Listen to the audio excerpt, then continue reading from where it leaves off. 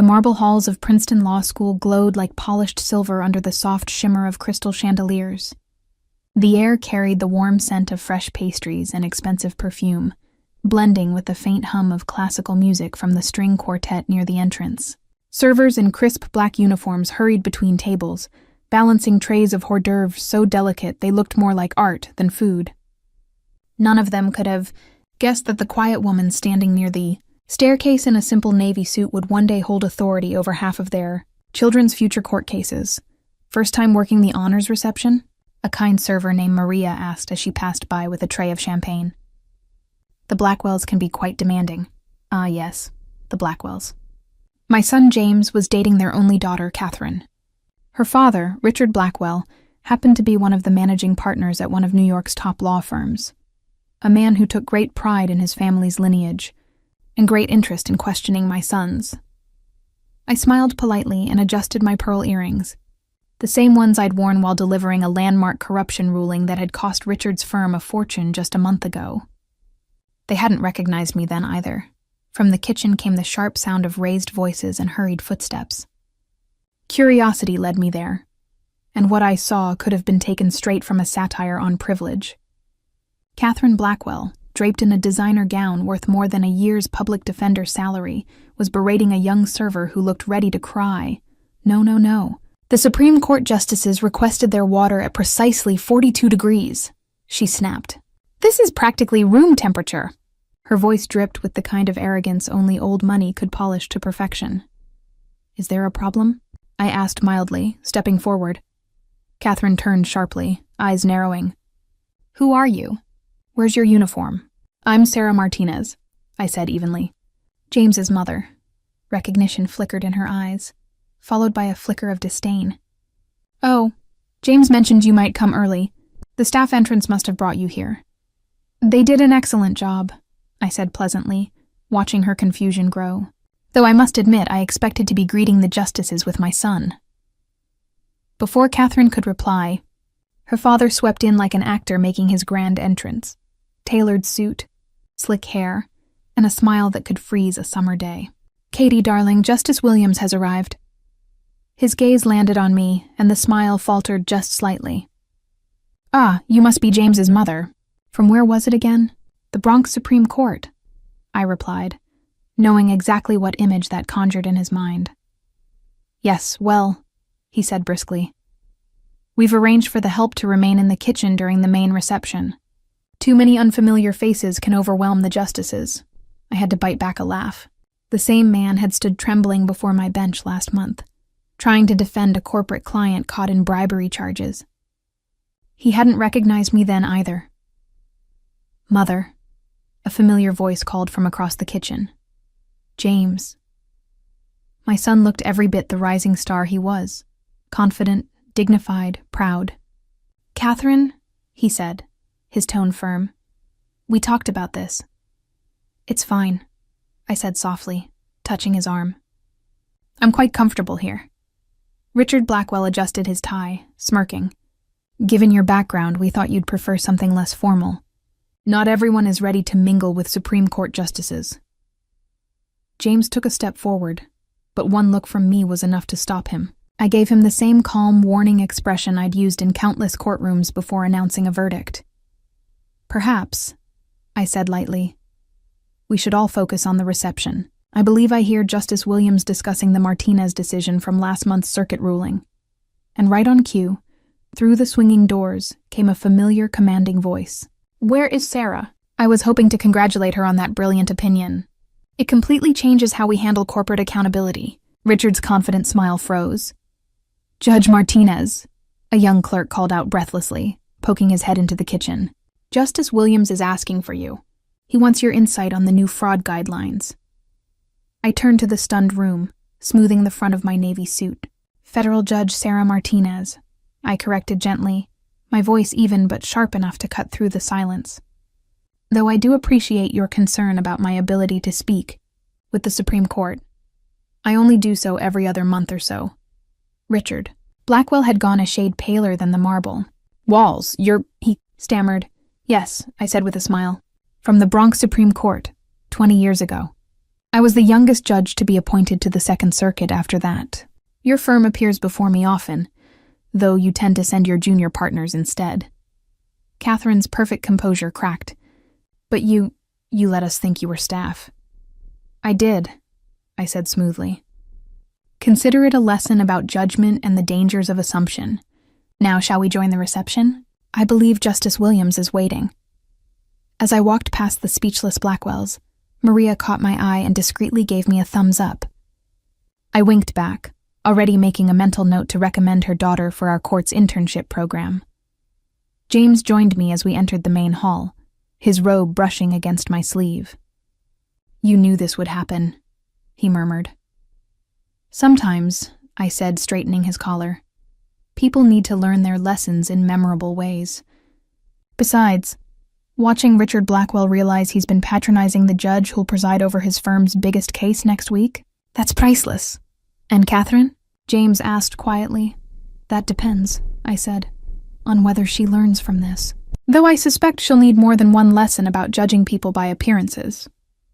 Justice Williams greeted me with open arms. Sarah, brilliant work on the Martinez case. Simply brilliant. Tell me, how did you anticipate the corporate structure loophole? I smiled, aware of the Blackwell's stunned silence behind me. Actually, Bill, that insight came from my early days cleaning courtrooms as a night janitor while putting myself through law school. Sometimes the best understanding of justice comes from seeing how it affects people at every level of society. A hush of admiration rippled through the crowd. Behind me, I heard Catherine whisper to her father, voice trembling. Daddy, I think I made a terrible mistake. Indeed you did, I thought, taking a glass of champagne from a passing tray. But perhaps there's still hope for you yet. After all, I didn't become a federal judge by believing people can't change. The next hour played out like a quiet symphony of awkward revelations. Richard Blackwell, who had spent months boasting about his daughter's engagement to new legal royalty, now stood drenched in sweat as his peers connected the dots.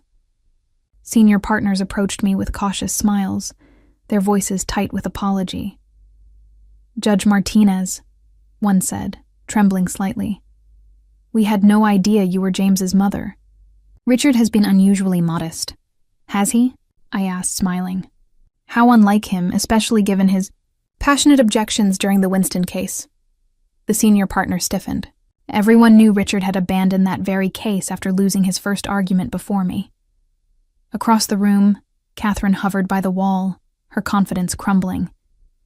The same young women who had once followed her lead now fawned over James, eager to align themselves with the son of a federal judge. She caught his arm, desperation in her eyes. James, please, I need to explain. Explain what, Kate? He asked quietly, his tone sharp and steady like mine in court. Explain how you told your friends my mother couldn't afford a decent dress for the reception, or how you said I should distance myself from my embarrassing background to fit into your world. I didn't know. That's worse, James said firmly. You didn't know she was a judge, so you thought it was fine to treat her like she was beneath you. What does that say about how you treat the people who actually are? Maria passed by again, tray in hand, her proud smile catching mine for just a second. And in that moment, I knew the lesson had landed exactly where it needed to.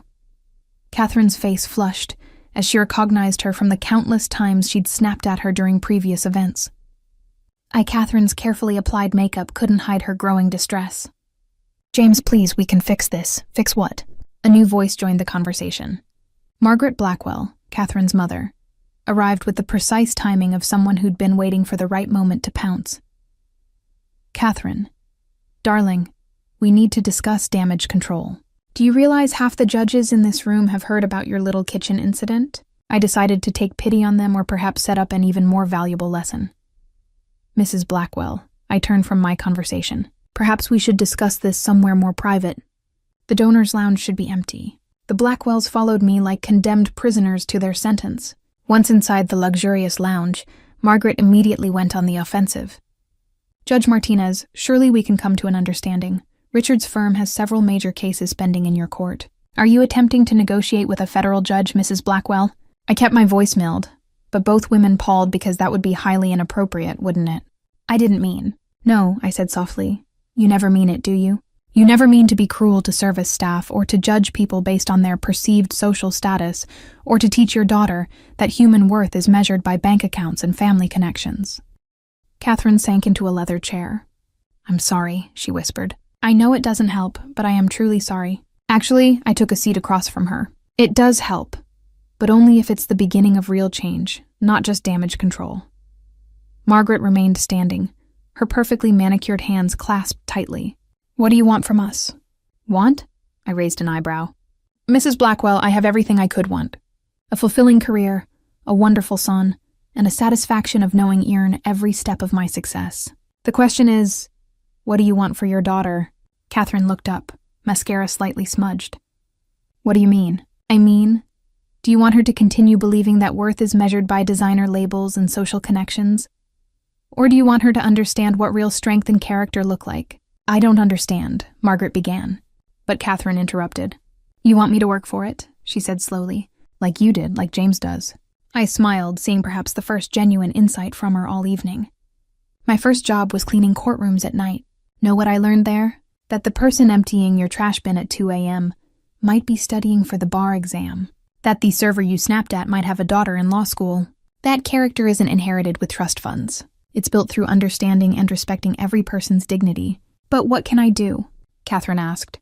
And for the first time, I heard real desperation to learn in her voice. Well, I said the Legal Aid Society is always looking for volunteers. And I believe the courthouse daycare center needs reading tutors for the children of defendants who can't afford childcare during their trials. Margaret gasped. Catherine can't possibly. I'll do it. Catherine cut in both programs. And I'd like to apologize to Maria and all the other staff I've been horrible to. Catherine, her mother protested. No, Mother. Catherine stood, straightening her spine. Judge Martinezzi's right. I've been awful. We all have. And if I want to deserve someone like James, I need to become someone worthy of respect, not just someone who demands it. I study her face, seeing perhaps the first crack in the perfectly crafted social facade. You know, this won't be easy. Your friends won't understand. Your parents' social circle will talk. Let them, Catherine said firmly. I'd rather be known for doing something meaningful than for being mean to people who serve me drinks. Margaret sank into a chair looking shell-shocked. Your father will never understand. Then perhaps I suggested it's time for Mr. Blackwell to spend some time in his firm's pro bono department. I hear they're terribly understaffed. As we turned to the reception, I watched Catherine walk straight to Maria and asked for a moment of her time. The apology wasn't perfect. Years of ingrained superiority don't disappear in one evening, but it was a start. James appeared at my elbow. You're giving her a chance. I'm giving her an opportunity, I corrected. Whether it becomes a chance depends on what she does with it. And her father's cases in your court, Ismailed, will be heard with the same impartiality as show all cases, though perhaps Mr. Blackwell might find himself with a surprising number of pro bono assignments in the coming months. As their reception wound down, I watched Catherine help the staff clear glasses, her designer dress slightly wrinkled, but her smile more genuine than I'd ever seen it. Sometimes I thought the best judgments aren't made from the bench.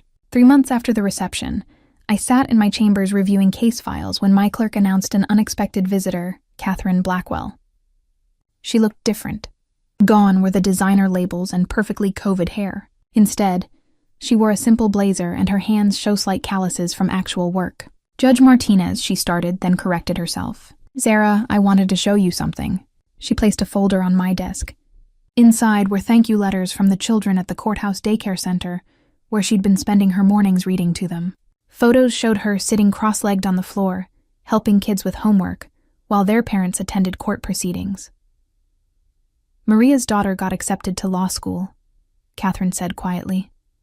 I've been helping her prepare for the LSAT between my legal aid shifts. She's brilliant. She just needed someone to believe in her. I nodded, noting the absence of her usual makeup and the new confidence that had replaced her social armor. And your father? Catherine's laugh held a touch of irony. He's discovering that pro bono cases can be surprisingly fulfilling. Last week, he helped a homeless veteran reclaim his pension benefits.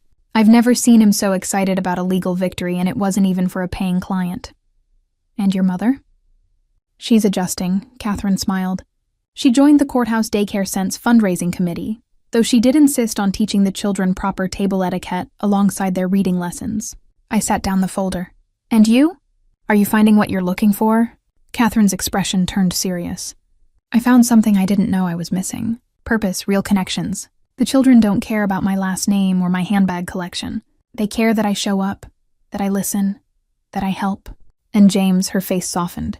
He was right to be disappointed in me that night, but he's proud of me now. Not because I'm trying to impress his mother, the federal judge, but because I'm finally becoming someone he can respect. I studied her carefully. The entitled socialite who tried to hide me in the kitchen was gone, replaced by someone who understood the value of earned respect. My old friends don't understand, she continued. They think I'm having some sort of breakdown spending time with those people. But for the first time, I'm not worried about what they think. Because you've learned what really matters. Because I've learned who really matters, she corrected. The mothers working 3 jobs to support their kids through school. The courthouse staff who know every judge's coffee preference but never get thanked. The public defenders fighting impossible odds with impossible case loads. I smiled, remembering my own journey from nighttime janitor to federal judge. And what's next for the new Catherine Blackwell? She straightened in her chair. I've applied to work as a public defender after graduation. Father nearly had a heart attack. He already had my corner office at the firm picked out. But I want to earn my own way, make my own mark. It won't be easy, I warned. The pay is low, the hours are long, and the work is heartbreaking. I know, she said simply. But thanks to that night in the kitchen, I finally understand that the hardest paths often lead to the most meaningful destinations. As Catherine left my chambers, I thought about power and privilege, about kitchens and courtrooms, about the lessons taught in unexpected moments. James appeared in my doorway. Mom, ready for lunch? Let me guess. Catherine told you she was coming. He grinned.